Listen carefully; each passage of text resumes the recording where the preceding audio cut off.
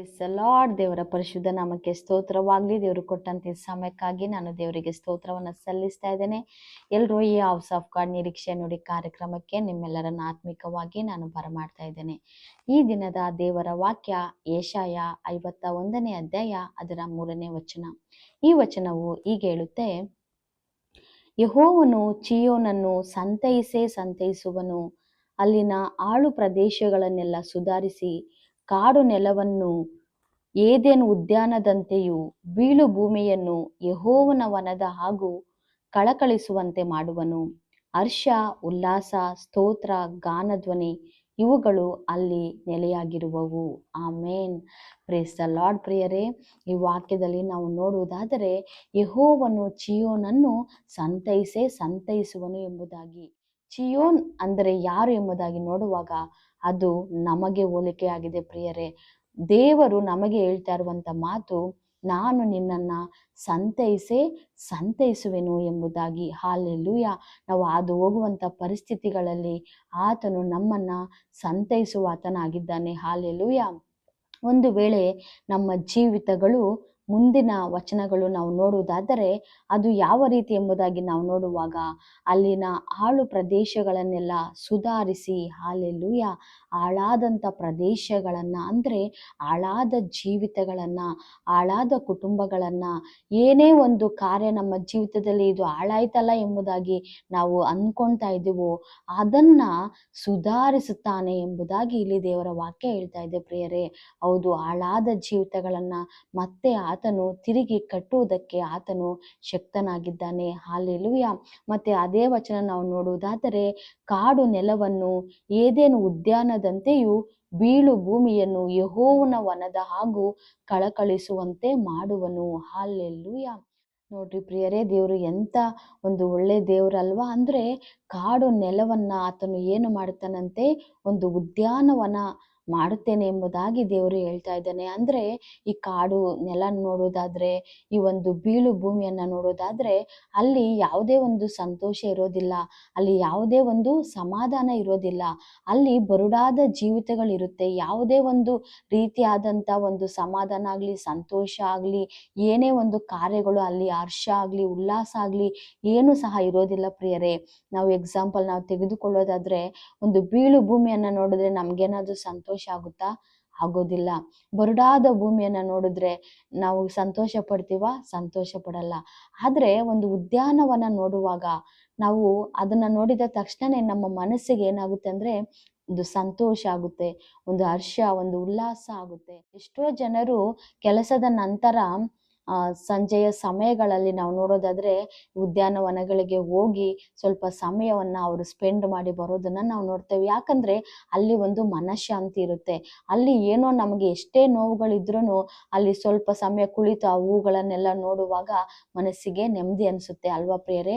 ಅದೇ ರೀತಿನೇ ದೇವರು ಹೇಳ್ತಿರುವಂಥದ್ದು, ನಿನ್ನ ಜೀವಿತ ಈ ದಿನದಲ್ಲಿ ಕಾಡು ನೆಲವಾಗಿ ಇದೆಯಾ, ಒಂದು ವಿಧದಲ್ಲಿ ಬೀಳು ಭೂಮಿಯಾಗಿ ನಿನ್ನ ಜೀವಿತ ಇದೆಯಾ?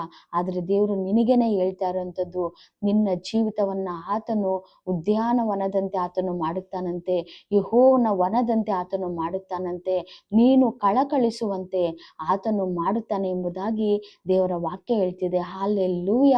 ನೀವು ನಜರೇತಿನ ಯೇಸುವಿನ ಮೇಲೆ ನಂಬಿಕೆ ಇಡುವುದಾದರೆ ಖಂಡಿತವಾಗಿ ನಿಮ್ಮ ಜೀವಿತಗಳನ್ನ ಆತನು ಕಳಕಳಿಸುವಂತೆ ಮಾಡುವಾತನಾಗಿದ್ದಾನೆ. ಆತನು ನಿಮ್ಮನ್ನ ಸಂತೈಸುವಂತೆ ಮಾಡುವಾತನಾಗಿದ್ದಾನೆ. ಆತನು ನಿಮ್ಮನ್ನ ಸುಧಾರಿಸುವ ದೇವರಾಗಿದ್ದಾನೆ. ನಿಮ್ಮ ಜೀವಿತಗಳಲ್ಲಿ, ನಿಮ್ಮ ಕುಟುಂಬಗಳಲ್ಲಿ ಆತನು ಹರ್ಷ, ಉಲ್ಲಾಸ, ಸ್ತೋತ್ರ, ಗಾನ ಉಂಟಾಗುವ ಹಾಗೆ ಆತನು ಮಾಡುವಾತನಾಗಿದ್ದಾನೆ. ಹಾಲೆಲೂಯ. ಪ್ರತಿ ಮನುಷ್ಯನಿಗೂ ಬೇಕಾಗಿರುವಂಥದ್ದು ಇದೇ ಪ್ರಿಯರೇ. ಅಂದ್ರೆ ಅವನ ಜೀವಿತದ ಎಲ್ಲ ದಿನಗಳಲ್ಲಿ ಅವನು ಹರ್ಷವಾಗಿರಬೇಕು, ಉಲ್ಲಾಸವಾಗಿರಬೇಕು, ಸಂತೋಷವಾಗಿರಬೇಕು. ಎಷ್ಟೋ ಜನ ನಾವು ಇವತ್ತು ನೋಡುವುದಾದ್ರೆ ಎಷ್ಟೋ ಐಶ್ವರ್ಯಗಳಿದೆ, ಎಷ್ಟೋ ಒಂದು ಅದ್ಭುತವಾದ ಮನೆಗಳಿದೆ, ಎಲ್ಲ ಸೌಕರ್ಯಗಳಿದ್ದರೂ ಸಹ ಅವರು ನೆಮ್ಮದಿಯಾಗಿ ನಿದ್ದೆ ಮಾಡಲು ಆಗುತ್ತಾ ಇಲ್ಲ, ನೆಮ್ಮದಿಯಾಗಿ ಸಂತೋಷದಿಂದ ಸುಖ ಸಮಾಧಾನದಿಂದ ಅವ್ರು ಇರಲು ಆಗುತ್ತಾ ಇಲ್ಲ, ಅವ್ರ ಕುಟುಂಬದ ಜೀವಿತಗಳನ್ನ ಅವರು ಅದನ್ನ ಸಂತೋಷದಿಂದ ಕಳೆಯಲು ಆಗುತ್ತಾ ಇಲ್ಲ. ಆದರೆ ನೀವು ದೇವರ ಬಳಿ ಬರೋದಾದ್ರೆ, ಕರ್ತನ ಬಳಿ ಬರೋದಾದ್ರೆ, ಆತನು ನಿಮ್ಮ ಜೀವಿತಗಳನ್ನ ಇದೇ ಪರಿಸ್ಥಿತಿಯಲ್ಲಿ ನೀವು ಹಾದು ಹೋಗ್ತಾ ಇದ್ರೆ ನಿಮ್ಮ ಜೀವಿತಗಳನ್ನು ಆತನು ಬದಲಾಯಿಸಿ ನಿಮ್ಮ ಜೀವಿತಗಳು ಕಳಕಳಿಸುವಂತೆ ಮಾಡ್ತಾನೆ. ನಿಮಗೆ ಬೇಕಾದ ಹರ್ಷ, ಉಲ್ಲಾಸ ಎಲ್ಲವನ್ನ ದೇವರು ಕೊಡುವ ಆತನಾಗಿದ್ದಾನೆ. ಒಬ್ಬ ಮನುಷ್ಯನಿಗೆ ಬೇಕಾಗಿರುವಂಥದ್ದು ಇದೇ ಪ್ರಿಯರೇ. ಇದಕ್ಕಿಂತ ಹೆಚ್ಚಾಗಿ ಮನುಷ್ಯನಿಗೆ ಬೇರೆ ಏನು ಬೇಕಾಗಿಲ್ಲ. ಅದು ಎಲ್ಲಿ ಸಿಗುತ್ತೆ ಎಂಬುದಾಗಿ ನೋಡುವಾಗ ಆ ಯೇಸು ಸ್ವಾಮಿ ಬಳಿ ಸಿಗುವಂಥದ್ದಾಗಿದೆ. ನೀವು ನಂಬ್ರಿ, ಯೇಸುವಿನ ಬಳಿ ಬರೋದಾದ್ರೆ ಈ ಕ್ಷಣವೇ, ಈ ದಿನವೇ ದೇವರೇ ಅಪ್ಪ, ನನ್ನ ಜೀವಿತವನ್ನ, ಈ ಒಂದು ಬರಡಾಗಿರುವಂತ ಜೀವಿತವನ್ನ ನೀನು ಬದಲಾಯಿಸಿ ಎಂಬುದಾಗಿ ನೀವು ಯೇಸುವಿನ ಬಳಿ ಬೇಡುವುದಾದ್ರೆ ಖಂಡಿತವಾಗಿಯೂ ನಿಮ್ಮ ಜೀವಿತಗಳನ್ನ ಆತನು ಮಾರ್ಪಡಿಸಲು ಶಕ್ತನಾಗಿದ್ದಾನೆ. ಪ್ರಿಯರೇ, ನಾವು ಪ್ರಾರ್ಥನೆ ಮಾಡಿ ಮುಕ್ತಾಯ ಮಾಡಿಕೊಳ್ಳೋಣ. ಸ್ತೋತ್ರವಾಗ್ಲಿ ತಂದೆಯಾದ ದೇವರೇ, ಅಪ್ಪ ಈ ಸಮಯನ ಕೊಟ್ಟಿದ್ದಕ್ಕಾಗಿ ಸ್ತೋತ್ರವಾಗ್ಲಿ ದೇವರೇ. ಹೌದು ತಂದೆಯಾದ ದೇವರೇ, ನಾನು ಅಪ್ಪ ಈಗ ನನ್ನ ಸಂತೈಸ್ತೇನೆ ಎಂಬುದಾಗಿ ವಾಗ್ದಾನ ಮಾಡಿದ್ಯಾ. ನಾನು ಸುಧಾರಿಸುತ್ತೇನೆ ಎಂಬುದಾಗಿ ವಾಗ್ದಾನ ಮಾಡಿದ್ಯಾ. ನಾನು ಕಳಕಳಿಸುವಂತೆ ಉದ್ಯಾನವನದಂತೆಯೂ ಯೆಹೋವನ ವನದಂತೆಯೂ ನಾನು ಮಾಡುತ್ತೇನೆ ಎಂಬುದಾಗಿ ವಾಗ್ದಾನ ಮಾಡಿದ್ಯಾ. ಹರ್ಷವು ದೇವರೇ, ಉಲ್ಲಾಸವು, ಸ್ತೋತ್ರ ಗಾನವು ಉಂಟಾಗುವ ಹಾಗೆ ನಾನು ಮಾಡುತ್ತೇನೆ ಎಂಬುದಾಗಿ ವಾಗ್ದಾನ ಮಾಡಿದ್ಯಲ್ಲಪ್ಪ. ನಿನ್ನ ವಾಗ್ದಾನದ ಮೇರೆಗೆ ಈ ದಿನದಲ್ಲಿ ಯಾರೆಲ್ಲ ಸ್ವಾಮಿ ಅವರ ಜೀವಿತಗಳು ಕಾಡು ನೆಲವಾಗಿ ಅಪ್ಪ ಬೀಳು ಭೂಮಿಯಾಗಿ ಇದೆಯೋ ಅಪ್ಪ, ಯಾವುದೇ ಆಶೀರ್ವಾದಗಳನ್ನ ಕಾಣದೆ ಅಪ್ಪ ದೇವರಿಗೋ ದೇವರೇ ಅಪ್ಪ ಸೋತು ಹೋಗಿದ್ದಾರೋ ಅಂತವರ ಜೀವಿತಗಳನ್ನು ಈ ದಿನದಲ್ಲಿ ನೀನು ಸಂತೈಸಬೇಕಾಗಿ ನಾನು ಪ್ರಾರ್ಥನೆ ಮಾಡ್ತಾ ಇದ್ದೇನೆ ದೇವರೇ. ಏಸಯ್ಯ, ನೀವು ಹಾಗೆ ಮಾಡಿದ್ದಕ್ಕಾಗಿ ಸ್ತೋತ್ರ. ನಿನ್ನ ನಾಮವನ್ನ ಹೇಳಿಕೊಂಡು ಬರುವ ಪ್ರತಿಯೊಬ್ಬರಿಗೂ ದೇವರೇ ಅವರ ಜೀವಿತಗಳನ್ನ ಬದಲಾಯಿಸಿ ನೀನು ಹರ್ಷದಿಂದ ತುಂಬಿಸುವ ದೇವರಾಗಿದ್ದೀ ಸ್ವಾಮಿ. ಏಸಯ್ಯ, ನೀನು ಪ್ರತಿಯೊಬ್ಬರ ಜೀವಿತಗಳನ್ನ ಆ ರೀತಿಯಾಗಿ ಮಾರ್ಪಡಿಸಬೇಕಾಗಿ ನಾನು ಪ್ರಾರ್ಥನೆ ಮಾಡ್ತಾ ಇದ್ದೇನೆ ದೇವರೇ. ಯೇಸುವೆ, ನೀವು ಹಾಗೆ ಮಾಡಿದ್ದಕ್ಕಾಗಿ ಸ್ತೋತ್ರ. ನಜರೇತಿನ ಏಸಯ್ಯ, ನಿನ್ನ ಅಧಿಕಾರಗಳ ನಾಮದಲ್ಲಿ ಪ್ರಾರ್ಥಿಸಿ ಬೇಡಿ ಹೊಂದಿದ್ದೇನೆ ತಂದೆ, ಆಮೇನ್. Praise the Lord. ಪ್ರಿಯರೇ, ಈ ಒಂದು ಸಂದೇಶವು ಪ್ರತಿಯೊಬ್ಬರಿಗೆ ತಲುಪುವ ಹಾಗೆ ನೀವು ಇದನ್ನು ಶೇರ್ ಮಾಡಬೇಕಾಗಿ ನಾನು ನಿಮ್ಮಲ್ಲಿ ಕೇಳ್ಕೊಳ್ತೇನೆ. Thank you and praise the lord.